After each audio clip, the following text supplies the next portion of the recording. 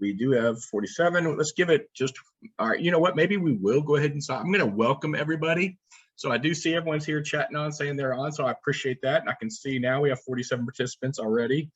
I want to thank everybody for taking the time to go over this subject because I do feel like it's extremely important. I know when I got hurt at 18, it was one of the first questions I asked was, or worried about, was dating. And for those that are women are on here and didn't get a chance to hear the women in dating with SCI that was on a month or so ago, month and a half ago, you can go on YouTube on the Christopher Reeve website, YouTube, or look up Christopher and Dana Reeve Women in Dating on YouTube. And we do have that recording on there available for you. So we don't want you to think that it's only for men on here. So we're going to go ahead and start, and I'm going to introduce myself, and then I'm going to have our other mentors. That all of us are part of the mentor program, the peer mentor program with the Christopher and Dana Reeve Foundation. So for those that are on this and would like to meet up with us or would like a peer mentor, someone close to their level of injury that they can meet with and talk, you can always go to the Reeve website and request to speak with a peer mentor. And we can set that up for you. But my name is TJ Griffin. I'm actually the Peer Mentor Program Coordinator with the Christopher and Dana Reeve Foundation. I've been with them for 9 years now. I actually am a C5, C6 quadriplegic. I broke my neck when I was a senior in high school playing high school football, but I grew up in Texas and still live in Texas. So as I say, if you're going to go out, you might as well do it playing high school football. We love our football, but I was hurt my senior year in high school. I had a girlfriend at the time. We dated for a year, and then that was tough. And then I was in college already. So, I really kind of jumped in, not really knowing what to do because there was no internet, no YouTube back then. But I did date through college, dated all through my 20s and 30s, actually got married when I was 40 and then divorced when in my 40s as well. And I'm back out on the dating scene. Dating now. I've been in long-term, long relationships, just dating relationships. So I have some experience in this. I hope I can provide some experience and some information. This is an open book, so you can text questions to us. Please do. It's a very interactive. We want you to text your questions if you have. So my name's TJ, and then I'm going to introduce our other mentors who are also going to help on this topic. And that first is Tom Holton. Tom, you want to take it away? Sure.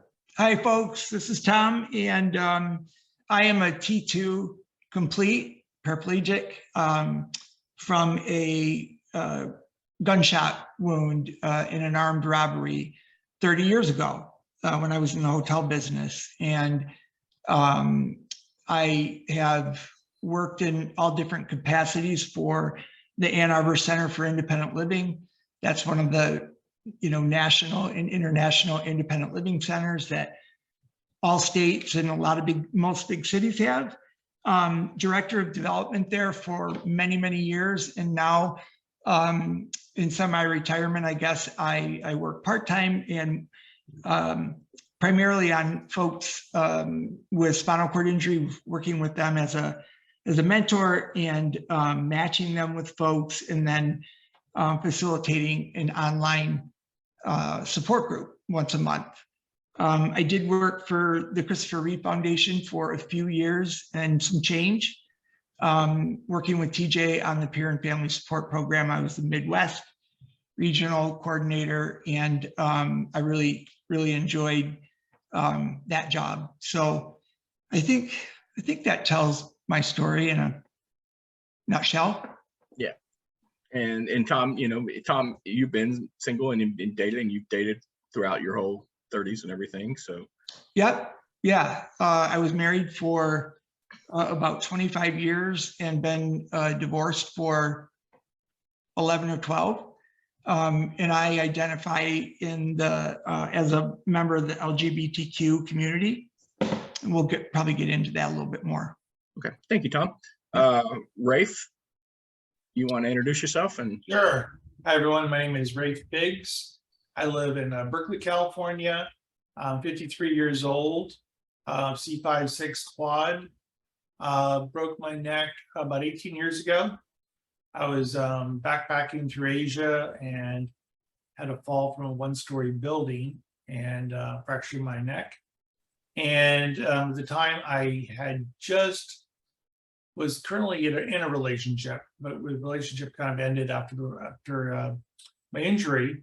But I was really curious about dating and sexuality and all that, and didn't find a lot of information, so just went on my own inquiry, and along the way, I've kind of become a sexual health educator, both for myself, for others, people with disabilities, healthcare professionals. I've been in a number of different relationships, some short-term, some long-term. I have not been married, but I wouldn't mind getting married one day. And yeah, that's it for me, I guess, in a nutshell. I also have an organization called sexability.org, and we provide some resources. You can check that out online. And I've also been a peer mentor with Christopher Reeve Foundation for a couple of years now. I really enjoy it. Thanks, Rafe. Mason?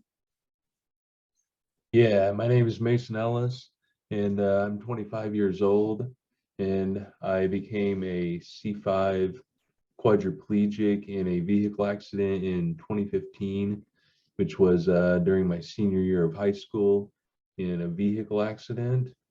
While I was in the hospital, I couldn't really find much information on YouTube regarding spinal cord injuries, and what I could find was outdated. So I started a YouTube channel where I make videos to help people with spinal cord injuries. And so you can find that if you just type in my name, Mason Ellis, on YouTube. And so I started that in 2016, and I graduated high school with my class.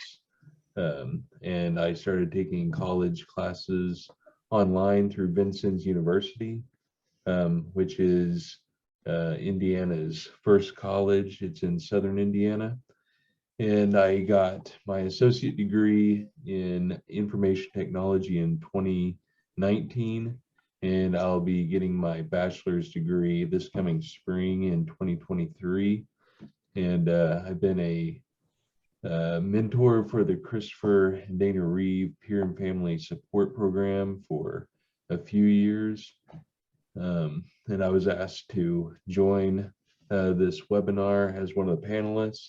And, you know, being relatively newly injured compared to the other people on here, I hope I can, you know, kind of ask some questions maybe the audience has. As far as my dating experience, I haven't had much since my injury. I was telling the panelists before this that I kind of put it on the back burner because I wanted to kind of get my life going. So I got a job. I got hired in 2018 where I work in the IT department, and that's pretty much about me. Yeah. Thanks, Mason. I appreciate it. And you can say it, Mason. We're old, so it's all right. I appreciate it. Sorry, Tom and Ray, for calling us out here on that. But I thought it would be interesting having, you know, Mason, who's younger and also not had a little bit of, you know, as much dating experience. And I think one of the things you just said there, Mason, is extremely important, you know, and I learned this even recently, you know, coming out of a relationship, you know, is taking that time to focus on myself, build myself up, get my self-confidence up, and be happy with myself, because it's hard to date if you're not happy with yourself. And you got to do yourself a favor of not trying to seek validation through, oh, I'm alone. If I find somebody, that'll validate everything for me. That'll make everything better. That doesn't seem to work. Unfortunately, I've seen that and maybe even done that at times. And I know from experience, you know, recently, that the best thing to do is be happy with myself. And, you know, yes, then better things happen from the dating life. I don't know if anyone else has experienced that as well. What part, TJ? Just because, you know, a lot of times when you first get hurt, or when you are hurt, you're thinking, oh my God, I'm gonna be alone. So you just try really hard to, you know, to jump into a relationship or find a relationship no matter what, instead of really, you know, focusing a little bit on yourself. Are you where you want to be in your life? Are you happy with yourself right now? You know, and I tend to think that when you are happier with yourself, that it makes dating a lot easier. If you're, you know, really focused on yourself, you got yourself in a good place mentally, emotionally, you know, whether that be job wise or school wise, but also just mentally and emotionally, you are happy with yourself. It seems to me that do better when I'm dating, when I'm like in those situations. You know, when I'm always constantly worried about, oh, is the partner happy? Is the partner happy? Instead of working on my needs, that never works out for them or for me. So I'm going to let you guys talk about that. Since I was married when I was injured, that's a little bit of a different aspect. But if you guys want to answer on, you know, trying to find a relationship to, you know, to complete the. well, even that, or even after you're married, sometimes I don't, you know, some people think, oh, I got to find somebody else, or after Yeah. if they break up with somebody long term, they feel like sometimes they need to jump right back in because they want to define themselves by a partner. And I think, yeah, it's a very slippery something. Be careful of not doing that. Rafe, I don't know if you've had any experience that or. Yeah, well, my experience after my injury. So when I was injured, I grew up in Indiana and been living in California for 20 some years. But I did my rehab back there and just really focused on my initial recovery. That was like the primary thing, but was, you know, interested and had questions about sexuality. And, you know, I talked to a few different therapists there and about dating and whatnot. But wasn't until I moved back to California, I was, you know, feeling pretty good in my body, feeling like stronger, a little more independent. I went out to a community dance festival and met a woman there.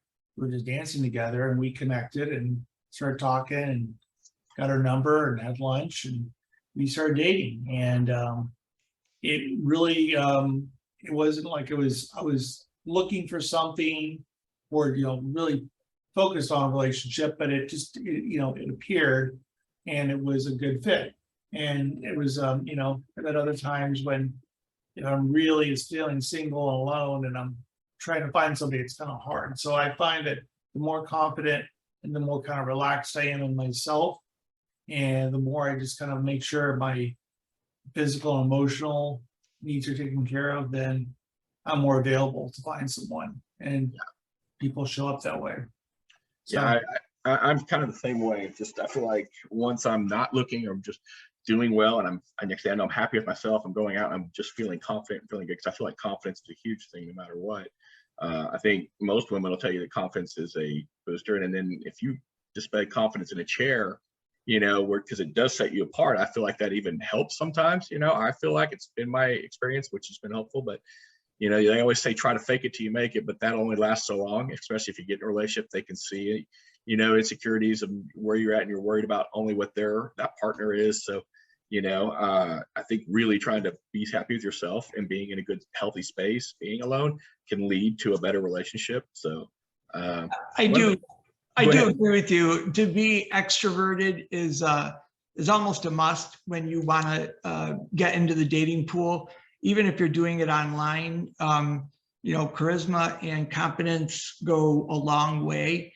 And so, you know, when I was injured, my first goal was to be a normal dad because my daughter was 6 months old when I was injured, and all of a sudden all these things in my mind came to mind that she would miss out on. And you know, it didn't take me long to figure out that it actually was a blessing when I look at the way things worked out. But that was my focus on being a dad. And then you know, sex came a little bit later, and it's probably because you know, we were just busy professionals with a baby, and we put all of that off. And you know, that was that. I know it's there are pros and cons to being married when you're injured and looking for someone after an injury. I know that's a huge difference because now I've done both. Yeah, and I would imagine it is. You know, and that kind of leads into when you mentioned sex, kind of you were more focused on relationship and you know, and especially when you have a kid who's 6 months old. I imagine, you know, I mean, I'll be honest, you know, when I was married, you know, sex definitely slowed down after marriage. So you know, and then so, but you know, leads into one of the questions we have here is, you know, he's having trouble having orgasm at C6-7 and doesn't know what to do. You know, he's tried the massager, has recommended anything. You know, for me, like when I first was injured and I did, you know, have sex, it was so weird because it was completely different beforehand. You know, when I had my girlfriend at the time, and you know, it was definitely different because I didn't have the feeling, I didn't have it. And she was great, you know, but it was, we thought back then it was just typical, you have to just sex and it's regular penetration and regular sex is going to how you get orgasm, how you're going to do things. It wasn't until you know, we broke up and I started meeting other women and started realizing that, you know, for me, I realized orgasms happen a different way. I don't, unfortunately, have the physical act of you know, if something happening outside, like coming, you know, let's be honest, working out, you know, or whatever else, but I still have the orgasm. I feel it within my head, within my system. But a lot of times for me, it's like my last girlfriend, we were very open about what would happen and what, you know, what felt good for me. And it's kissing on my neck, it's kissing on my ear and doing that. And that did more for me. I don't know if anyone else has experienced, do they have regular orgasms or do you have different orgasms now? I'll go turn it over to anybody. I mean, I can share my experience. I've had, I think the body, we have erogenous zones all over our body. And so much of when you think about sex, the way we're conditioned is focused on our genitals and, you know, getting that excited. And we may have feeling there, we may not. So find other parts of your body you have feeling. For myself, I noticed that I had a lot of sensitivity in my thumbs and the rest of my fingers were kind of numb. My thumbs were really sensitive. And I'll tell you, when my girlfriend started sucking on my thumb, that felt really good. And I was able to use my breath, my tension, and I had some former training in a field called Tantra, which is kind of energetic sex. And so I was able to have what's called a non-genital orgasm, which I think a lot of people in spinal cord injury have those. It's a different way of experiencing, like, you know, all the hormones and the chemicals response, because orgasms really happen in the brain. You know, we might feel them in other parts of our body, feel a release somewhere else. But really, the experience of orgasm, that euphoria, it comes from the chemicals in the brain. So there's all kinds of places you just have to really experiment and see what feels good, you know, and kissing and all the places you might have sensation above your level of injury, start there. Yeah, and I was surprised that occasionally, you know, I'm lucky that the last relationship I was in was very open and honest about sex, and we talked, and she's like, well, let's just try other areas, and we did, and I was able to have orgasms different places, even where I had limited sensation, surprisingly, but not as much. I liked it better when I had full sensation above the ear or the neck or whatever. You know, there's Mason, I asked, you know, I have a question, and I don't know if you feel this way, but it came up on here, and I don't not mean to put you in a spot, but we had a question that says, I don't know how to put myself out there. I'm in college, want to go to clubs, don't know how to, you know, I don't know how I not sit there in don't know how to not just sit there in the corner. I want to get out on the dance floor, but I don't know, you know, run over anyone's toes or awkwardly sit on the floor. I don't know, has that happened to you? Have you been out to clubs? Have you been out to places, or have you been out doing anything? Me personally, nah. I do college online, so it's definitely a different experience than being on campus. Yeah. I'm trying to put myself in that situation. I mean, I've never been on campus, you know, with my chair or without it. But well, my advice to you and to we appreciate the chat question. I'm all about confidence, even if you have to sometimes, I hate to say, fake it till you make it. And you would be shocked at what that'll get you. I was in college, I went out a lot, and I had no problem doing a little dancing, did a little bit in the chair, I get a little going. I mean, I made sure to, with the beat, I kept my rhythm at least somewhat. I don't even care if it's shoulders, but even now with my new power chair, you know, I've gotten it years ago. I mean, I remember just 10, 15 years ago, I was on the cruise, it was dance floor on there. I had the chair raised up. I had the hazard lights going because it was dark. I was making, you know, doing spins in the chair, and I'm not lying. More people were coming around me. I had more women. It's all about confidence. I feel like if you sit in that corner of the club and you're self-doubting yourself, and you say, you're never going to get out of that. You know, if you go out there and just make the attempt, you're going to feel better about yourself. And then I really have no problem asking or going to talk to anyone. I mean, I'm kind of an extroverted person, always has been, but my thought process when I'm doing this is all they can do is say no. How bad is, and we have a different unique story of going up to meeting somebody, especially, I can go up there. They're going to be wondering what happened. I have no problem telling them, hey, broke my neck playing football. It was a great hit. I tell them early so they get that out of the way, so they're not thinking the whole time what happened to this guy. I can let them know that. And then within 30 seconds, 40 seconds, I try to get a point across that the only thing different is I sit down and get better parking spaces and then let them know that. And that's how I feel about myself. And that's what I try to display. And I think it really does help come across. I don't know, Tom or Rafe, about if you've been to clubs or been to bars or been in outdoor, whatever, any kind of group that, way of, do you sit back in the background or do you make yourself known? I wanted to go back to the orgasm discussion. Yeah, I'm sorry about that. I didn't mean to skip. That's okay. No problem. I have some friends that when they experience an orgasm, it's awful. They, their body just goes into a major spasm. They stiffen up and there's pain associated with it.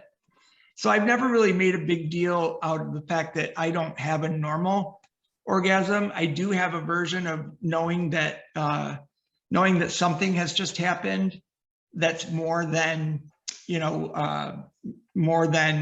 what we were doing before, like during foreplay. But I some experience it and love it and say it's similar to what it was before. But I also wanted to mention that there's so much more to do, as far as foreplay and really extending out your time with someone, your intimate time with someone. That can be as elementary as how long the ED drugs work. They work a long time, and so that lends to there's a commitment here with two people getting together. But and back to you saying that you have to be honest, you do have to have a chat. It doesn't have to be anything formal, but you do want to say a few things before you hop in bed. And hopefully you've dated for a little bit before you do that. I'm human and I know all about hookups, but the meaningful stuff is when you can have a meaningful conversation about what to expect and what not to expect. Tom, I love that you said that, because I want to get the point across. I said, yes, I've had like orgasms with my neck. Majority of the time I don't. I feel something, but it's definitely not what it used to be, I'll be honest. And that's not even close, but there is something goes on, but it doesn't happen all the time. And one of the things I wanted to make sure when I've done that with partners is have that conversation beforehand. Like, this is not you. This is not on you. It's my injury. So there's other feelings, because sometimes they will be upset that they can't. They feel bad for you. I'm like, no, don't feel bad, and I'll be honest, I actually get more pleasure of giving more pleasure to them. That, especially after I've been injured, it even means like 1,000 times more. I don't know if anyone else feels that way. Mm-hmm. Yeah, definitely. But I also, wanted to say that having an orgasm is not my goal when I'm together with someone. Whereas before my injury, it was all based on that, and it was selfish. So I'm with you on the, you've had partners. I'm sure we've all had partners that are concerned that they're concerned for us that we are not being turned on, or we don't get the closure or the end that they get. And we have to explain, for me personally, I explain that how I get off is watching us do whatever we're doing. Yeah. And then back to the erogenous zones. My injury's at nipple level, and I don't feel one side. I don't feel one of my nipples, but the other one is super sensitive and hardwired to my groin. And so I tell them, if you want to get me off, spend all your time there. I mean, even a seatbelt can turn me on going across my nipples. There you have it. Yeah. No wonder you've been in like 17 car wrecks. I don't understand. Yeah. Okay.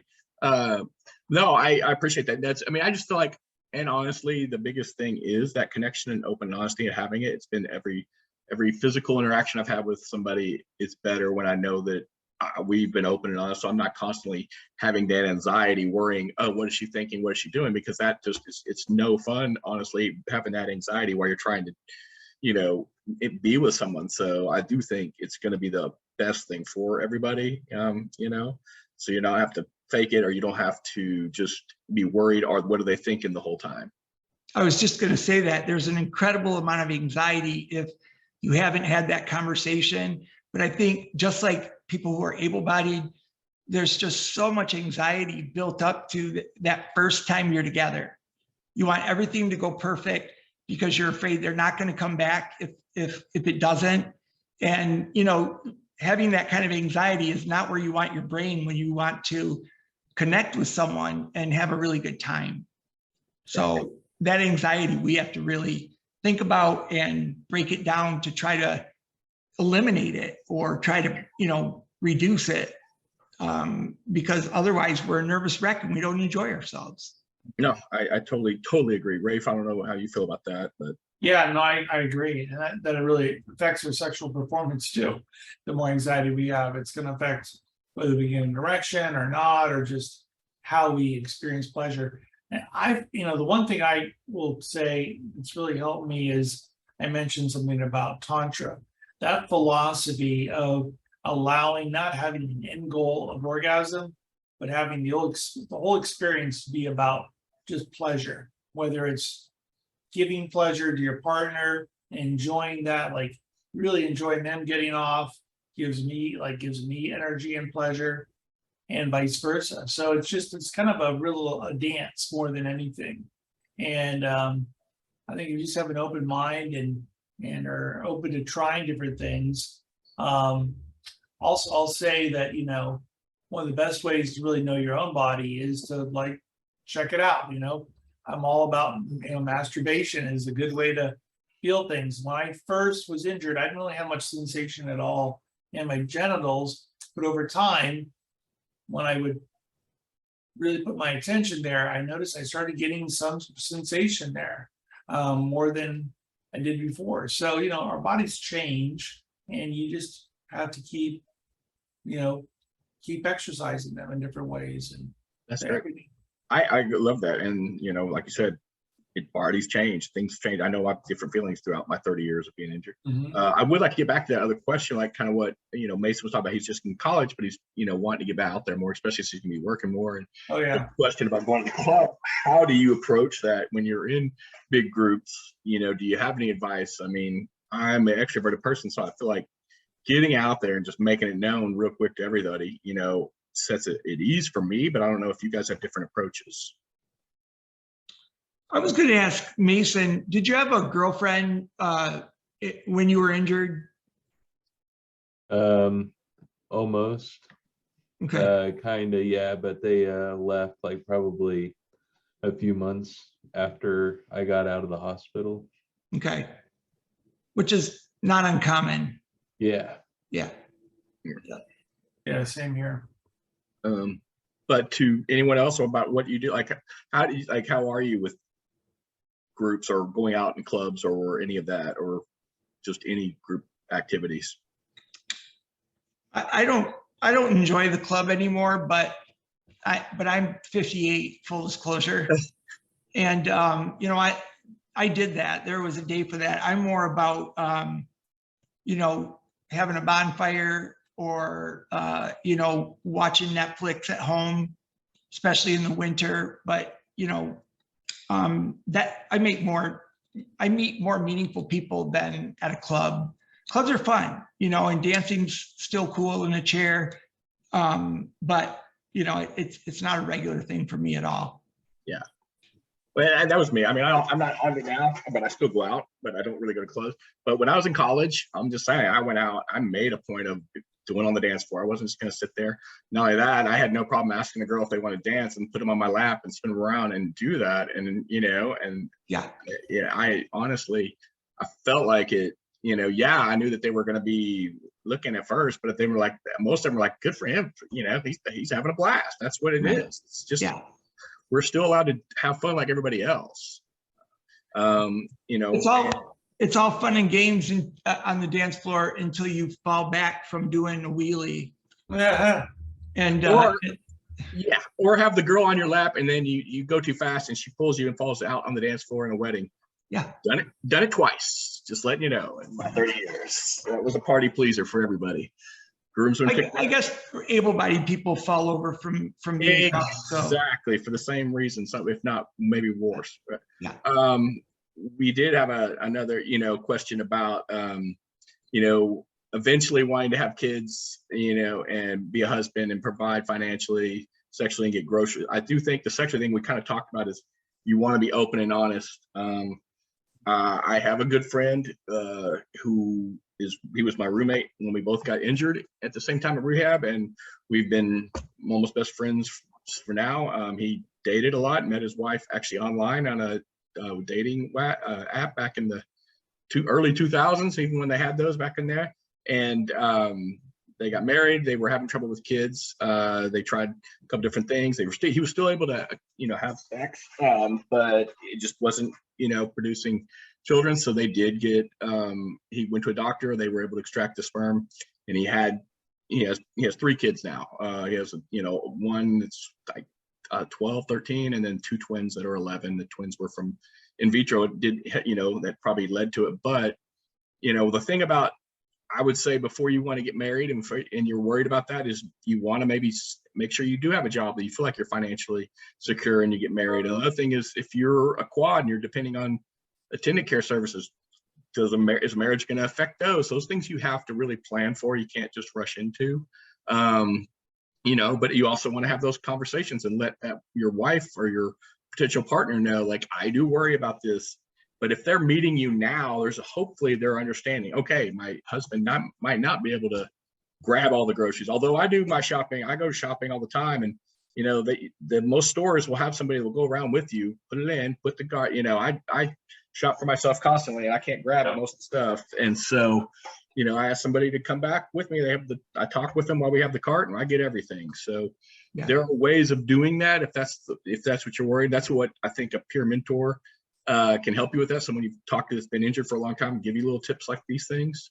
But another question we had on here was, is there only positions sitting in the chair or being in bed writing? And I think that's where Rafe, I'm going to leave it to you, but I mean, experimental. I have some things on this, but learn to experiment. Ask her what would work better. If anyone else has any suggestions on this. I'll tell you one. There are some different sexual aids you can use, and these do cost a little bit of money, but if you want to be sitting up, like have the experience of being more dominant, there's a product called the Intimate Rider, which it does require a certain amount of balance. That's the only thing. So for quadriplegics, it might be difficult, but it's a little rocking chair that you sit on, or a bench. It's got a bench that the woman or man can lay on, and then you can be sitting up and more dominantly, penetrating your lover, your partner. Otherwise, being in a wheelchair, there are you can obviously have sex in your chair. You can have sex in bed. There are also products called the Liberator, different wedges you can use for different angles. I find I have a Tempur-Pedic adjustable bed. I can raise the head up, raise the feet up. So those are some options. Also, people use the Hoyer lift sometimes. I use the ceiling. I've used the ceiling lift and ceiling lift. Yeah. Wow. Yeah. So those are some different ideas. Sometimes guys, if you're in your chair and you can lean forward, I mean, have her on the bed, and you can do things like that. If you can get up closer to the bed, get your feet under the bed a little bit, you can lean forward. I mean, that is always, that's been with you.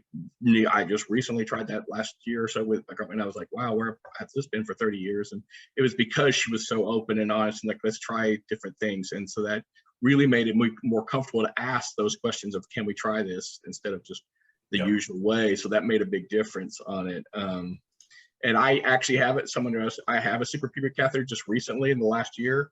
I was a little worried about it too. What it looked. One of the things I did, I always had a little cloth cover. I just put it over, but from an aspect of before, I used to have a, condom cath and having to take that off and worry about it was going to have a leakage. Was much better. What I do is I connect my bed bag on the side if I'm in bed, if I'm in the, and just lay it on the side. So it's over to the side, laying in I put it in like a little trash can where you don't see it just hanging on the bed as much. And then, I have just put a little towel over, just that cover over, and then that way your genitals are free game, but also it's kind of just covered. Or like I have a little sleeve I actually made with cotton and just covered over so I don't have to worry about it even falling off. If you're really worried about the look or the feel of the rubber of the catheter, just feels like cloth, it's over it. But that really hasn't been an issue. It's actually been easier with it than before. I don't know if anyone else has a super pubic and has to deal with that. I do. I do something very similar. I just hook up the bedside bag. I use like a little waterproof bandage dressing, put it right over my stoma. And, I oftentimes will wear a shirt and the shirt covers the catheter. So you really can't even see it. That works pretty good as far as. Yeah. It's yet another thing to be nervous about.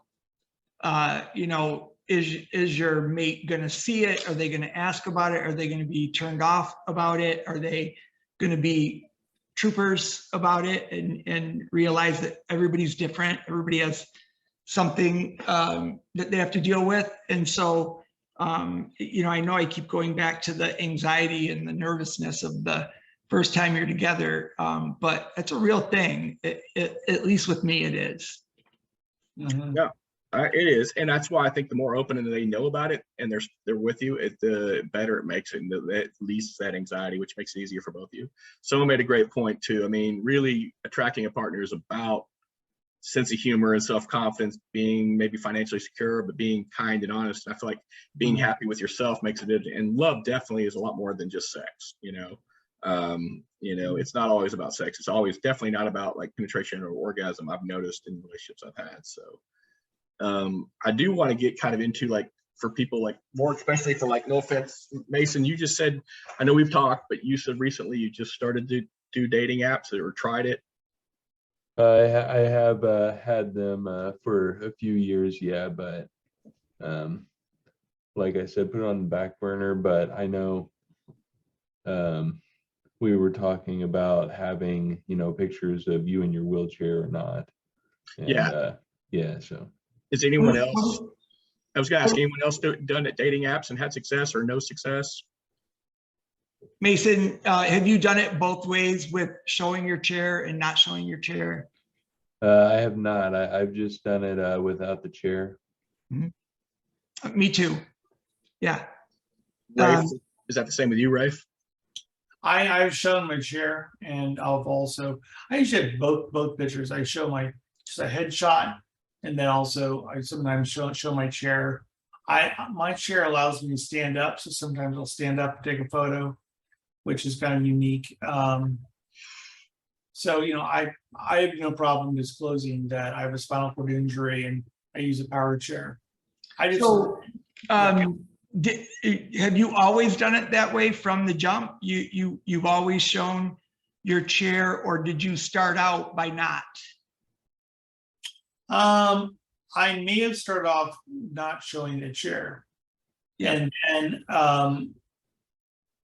when I would actually go and meet someone and show up in the chair, sometimes I got a different reaction versus if I disclose that I'm in a chair, this is part of who I am, I use a wheelchair, then it's not a big surprise when I meet someone. So I've never sidelined or ambushed or anything like that with anyone. I have pictures. My pictures are mostly headshots or on my cycle or something like that.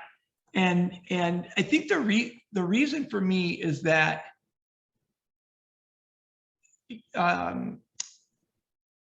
I'd rather be the one to explain to them what's unique about me.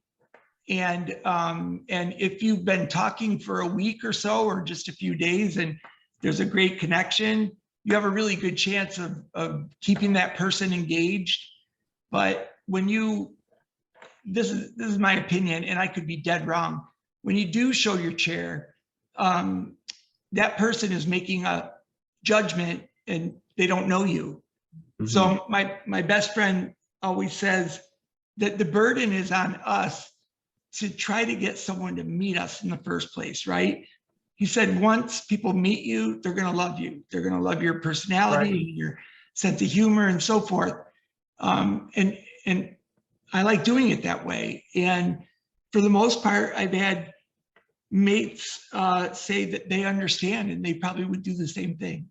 But there is an added layer of superficiality in the LGBTQ community, at least for men, where, you know, on the apps, on the dating and hookup sites, you got to be perfect, you know, for the majority of those folks. And it's not worth it for me because I'm not perfect and no one is. So Well, I think that leads to social media. Half the people that post anything on there is all about, it's not their real life. So, you know, recently I never did dating apps until my girlfriend and I this last year broke up, and I was like, all right, I'll try it.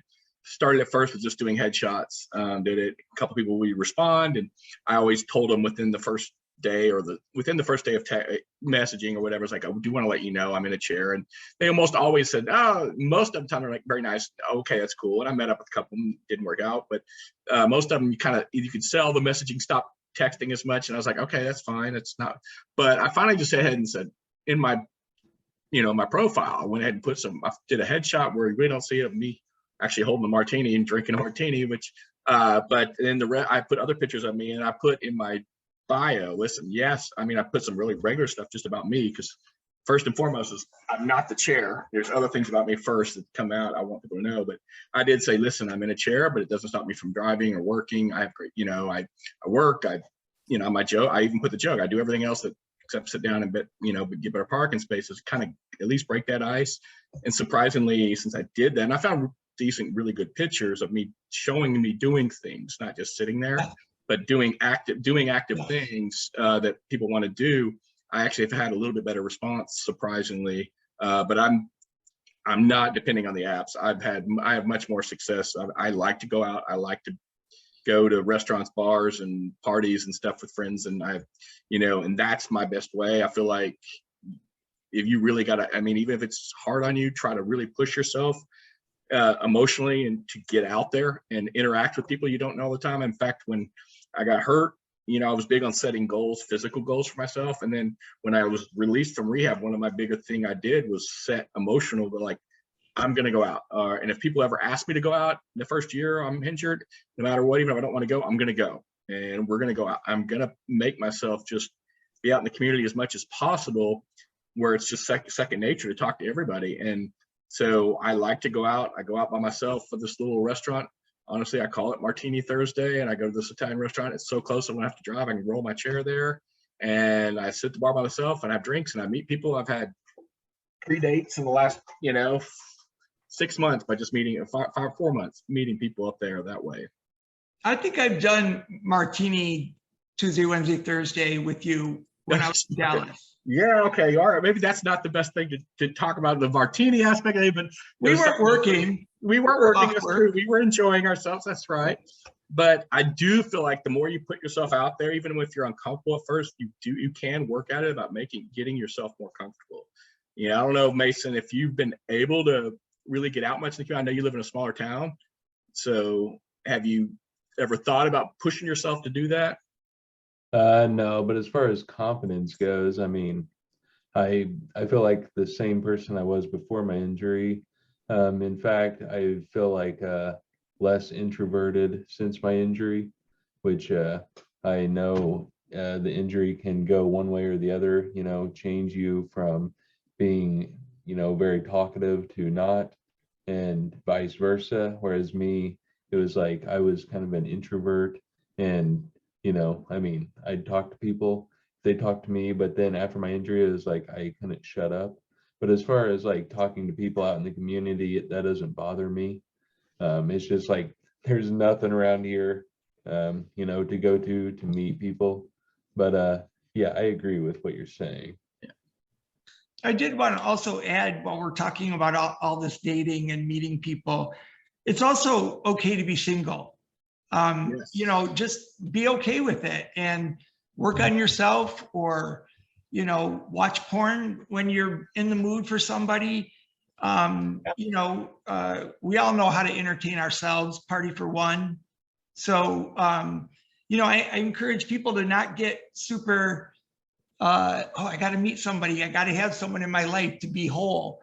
You know, I'm not preaching for you to be single and not meet someone, but it's really okay to be on your own for a while. I agree. Rafe, do you want? I don't know if you want to add to that. I know we've talked about that before. Yeah, no, I think it's great. I mean, I was in a relationship just recently and got out of it, and it was kind of crazy and a little it was very challenging. So I'm very much enjoying being single right now. And I agree with Tom. I mean, there's lots of things you can do if you're feeling alone and you're feeling horny. There's all kinds of websites. There's you know, there's a lot of Chatterbait is an interesting site. You can chat with different women and be sexual. Also, a friend of mine just showed me these VR goggles. I'm like, whoa. Oh, wow. And it was crazy. You put on the goggles and you really feel like you're there. You look down and you know, you're able-bodied, you're having sex, and it's like, it really does something to your brain. It's very interesting. It's like, feels very much like you're there. Yeah. It's it's very wild. So there's a lot of technology out there too.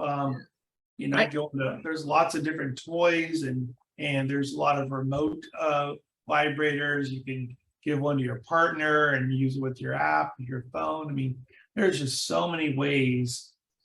And there's things, you know, there's a lot of toys also for men. Masturbation sleeves I've used. You know, I could talk about different companies out there, but there's the Fleshlight, probably people have heard of that. So different textures sometimes might feel good. Definitely use some lubrication. I highly recommend that. Watch your skin, make sure you don't get any skin breakdown. But you know, whether you're in a relationship or not, there's lots of ways to explore your sexuality. I just think it's very important for us to realize you don't have to define yourself by you dating. You're not defined because you're there, or you're a man because I dated, or I sleep with a lot of women, or you don't sleep. I mean, that's just outdated and ridiculous if you ask me. You know, the one thing I do think is when you're happy with yourself and you're not looking for it, sometimes when it does happen for you, if that's what you're worried. But also, just there's different types of relationships. You can have friends, just a non-sexual relationship. It can be with other females, or with, if you're LGBTQ, with other men, and it can be a good relationship. To be open and honest with somebody is always healthy too. And I feel like that should not be overlooked sometimes. Right. You know, it's there for people. You know, the other thing is just about making sure, you know, like I said, you can be happy with yourself. It'll help you, but don't just get into a relationship and be in it and settle. Like, you're not, oh, I'm with this girl, I really don't like her, or I'm with this guy, I really don't like it. It's not fair to that person, but it's also not fair to yourself. And most importantly, don't ever be someone taking advantage of you, not treating you the way you are, just because they feel like, oh, you're never going to leave because you're in a chair and you don't, you know.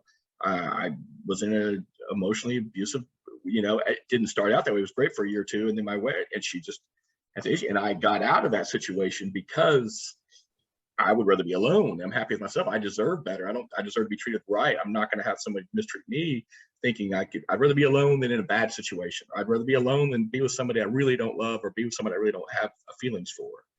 I feel like that's important, not to settle. I think that's also, I was just going to say, not settling. You know, people think because they see us having a disadvantage that, well, you know, he'll like me, you know, because he knows that he's got issues, and, you know, and I'd rather be single than settle on someone that I wouldn't be happy with, that I wouldn't be turned on by. And then they go in the friend zone, and whether that works or not, you know, you see if you dodged a bullet or not. Yeah. I mean, it's tough. I mean, dating world's tough, I think, for anyone, whether you're in a chair or not, but it's tough for on the chair. We're not going to lie that.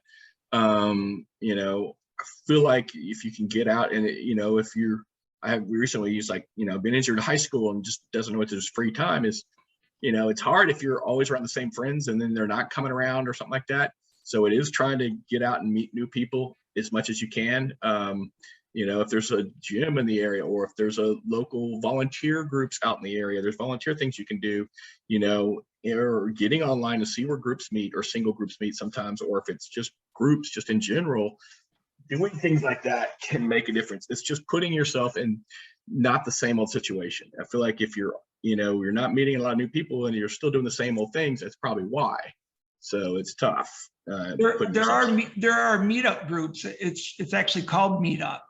And whether it be like playing euchre or, watching movies, that is the way to not only maybe meet someone, but also make friends with people who enjoy that activity, whatever it is. It might be adaptive sports, or it might be movies, it might be, anything. And those groups are they're pretty vetted, so it's pretty safe.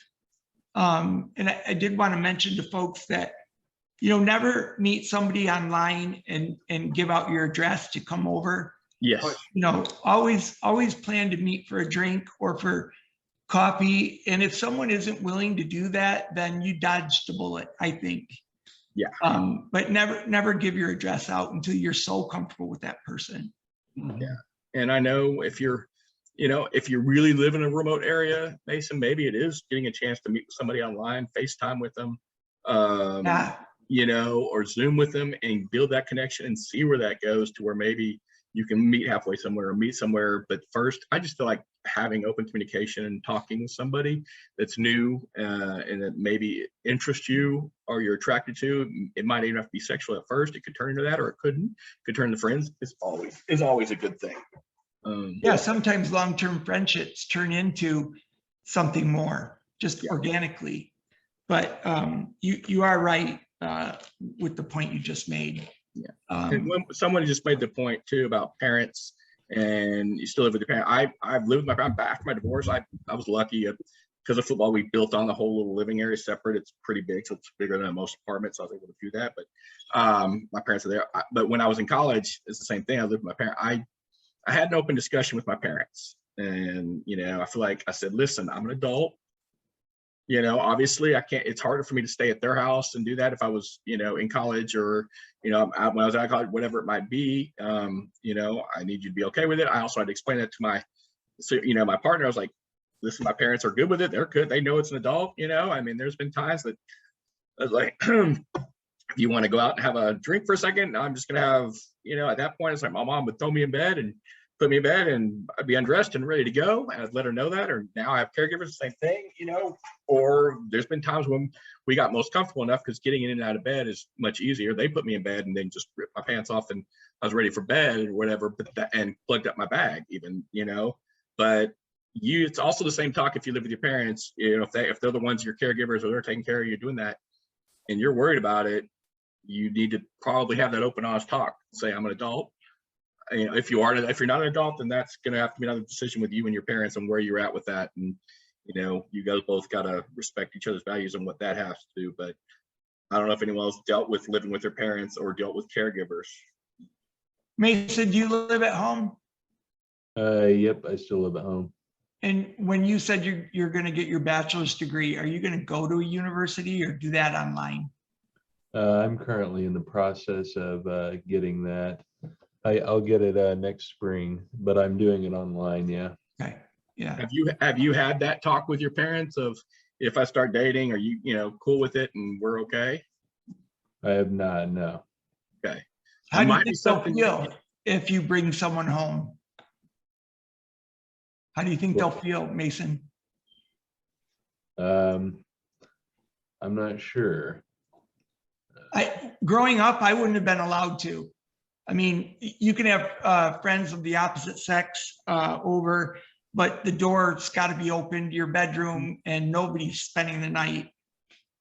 Don't even ask about that. So I think it's respect. I think it is. But It's- also, Tom, like when that wouldn't have happened when I was a senior when I got hurt, and then I got home even with my girlfriend. But once I graduated and I was in college, I decided to have that talk. I was like, listen, you knew I was planning on going away to college, and so I know you can't treat me exactly like that, but I would like. And I was lucky. I was very open. Parents were very open about that and let that happen. I had a couple girlfriends that lived with me for a while that, because we did have that little separate, it wasn't like a really small room, so that probably made a difference, but it made it easier. I knew that I wouldn't have to worry about that, and that made it better for me. And it did and that's just another anxiety that I lifted by doing that. So I don't know if you don't feel comfortable, obviously you can't have that conversation. So that's going to be something you're going to have to figure out. But if you're worried about it and you do have it, I do think of being open and honest and explaining the situation, like, Mom, Dad, this is not a unique situation to where, I'm just bringing it home. It's not going to happen all the time. It's just, I would like to know if I do end up with a girlfriend or a boyfriend or whatever, and I feel comfortable and we want to be it's not about sex, but lay in bed and watch a movie. For me, it's more comfortable for me to lay down, raise the head of my bed and watch a movie sometimes. And, most of the time when I was with my girlfriend or with people in the past, I wasn't about sex. It was more of just cuddling and holding, and spending time watching a movie or doing something like that. I think you brought up a good point that that made me think of probably 99% of the people you would meet up with are going to be folks that don't have an accessible place to host you. And so it's almost always going to be your place or a hotel or, taking a ramp with you, whichever. But that's another layer that you got to remember. And maybe my parents would have been more open had I, had a situation like Mason and had to live with them for an extended period of time. We have about 1 minute. I've kind of said so much that I want to, if Rafe or you want to say anything, and then Mason and then Tom. Yeah, I mean, we covered a lot of topics. I would say, just with regards to caregivers and parents, just be open. Yeah, just tell your folks, hey, sex is a part of daily living and it's part of our health. It's a sexual health thing. And if you identify that, it's important for us to feel good and feel good about ourselves. So, having those conversations can be difficult and some people are going to be more open to them. I've always had that conversation with caregivers when I first hired them, and that always helps a lot then down the road. Then I know like one caregiver might be more comfortable setting me up to have sex or I'm going to masturbate. I've got all my supplies ready than other people. So you just have to be cognizant of who's around you but like just explore as much as you can. And everything we talked about, I think, is a good basis for what lies ahead. Thank you. Yeah, I always told in the next morning, I was like, listen, my caregiver's about to come over. If you want to go lay down on the couch for a while and you take the blanket and I'll wake you up, we'll be real quiet. And then that's what I did. Mason, you want to end anything, ask anything or real quick before we're heading out here? Yeah, I think confidence is really important, obviously, and myself. I mean, I have confidence in myself, but like I said, I wanted to, accomplish a lot of stuff first before relationships start. But I will say that I feel like if you're just injured, you might feel that, if you don't get in a relationship now, you never will. So it's kind of like the, fear of missing out. But I will say that, I mean, as far as myself, I'd rather accomplish other stuff and build my confidence before trying to do a relationship, so that way you can say, you've accomplished this, that, and the other thing or whatever, which kind of so they can see that and not only the chair, I think that's smart, Mason. If I wish I would have had your attitude, it wouldn't have taken me 6 years to graduate college. Tom, you want to? Yeah, I just want to say, give yourself a break. It's, I already said it's okay to be single, but, try different things, try online, try a meetup group, try church, try anywhere where you think you might attract friends first. But just, go out and have fun. And it probably will happen when you least expect it, and when you stop trying really hard. Yeah. I was going to say the same thing. I just feel like, guys, I love what you said, Tom. Give yourself a break. Dating's not easy. I don't care if you're walking or if you're in a chair or if you're, whatever. But I feel like, and I'm just now really learning. I screwed up my last relationship by being anxiety ridden of making sure she was happy instead of thinking about myself. And she was and told me, and now I've realized it and I'm much happier. I'm really focusing on myself and started dating again and happy. And I feel like it makes all the difference. But more importantly, it's not always about sex. You can have other relationships, but you do got to kind of have to push yourself out of the comfort zone, and that's tough. And you're going to maybe need some assurance. So don't be afraid to reach out to Reeve Foundation for help or information, or reach out to somebody else that's injured to help you with that, because you don't have to do this on your own. And when you are worried about that, remember, we've probably all been there too. So cut yourself a break, like you said, and just have fun with it. This is supposed to be, dating is supposed to be fun. It's not supposed to be a job. It's not supposed to be like finding a job. So it's just let it happen. Hey, TJ, how do people, I'm sure there were questions not answered or questions that somebody wasn't brave enough to ask or write. How do people that are going to see this contact you guys, contact the Reeve Foundation? I appreciate that. So if you can go to ChristopherReeve.org, request a mentor, and then you can write in the comments what you're wanting to talk about. They're going to come to myself, or if you want to say, I watched the webinar about dating and would like to talk with TJ, or I'd like to talk with Rafe, or I'd like to talk with Tom, or Mason, we can set that up and we can pair you with them. So if you let us know that, we can get that coordinated. Or if you just want to say, hey, I would like to talk with somebody that has some dating experience that's also close to my level, maybe someone that is injured, incomplete, but they walk a little bit, or they're a T10, T12, or whatever it might be, we will do our best to match you up with somebody that does have experience in that, so we can do that. So you just ChristopherReeve.org, request a peer mentor, and then it'll take you through that process. You can also email me directly, tjgriffin@ChristopherReeve.org. That's TJGriffin@ChristopherReeve.org. And And what about people seeing this hour-long discussion after? Will it be available? Yes, we will be posting this, just like we talked about, like the women's webinar on dating is on like the Reeve Foundation YouTube. If you hit Christopher Reeve, Christopher and Dana Reeve Foundation, Women with Dating. If you hit Men with Dating, this will be on there. So if you know some people that might benefit from seeing this, please send them there soon. We'll be posting this soon. If you continue to go to our website, we'll be having that information. So we have a Facebook page as well. So I appreciate you asking that, Tom. Great. Thank everybody so much. I can't thank Mason, Rafe, and Tom enough for your being so open and honest. Most people aren't. I feel like we need to be open and honest with each other so we don't have these anxieties. So, well, you made us look good. You were a good facilitator for sure. Yeah, I don't know about that. Thank you. But I appreciate time, and I'm looking forward to meeting back up with you soon, and we can hang out. So yeah, everybody, sure. Thank you guys. Have a great, safe summer.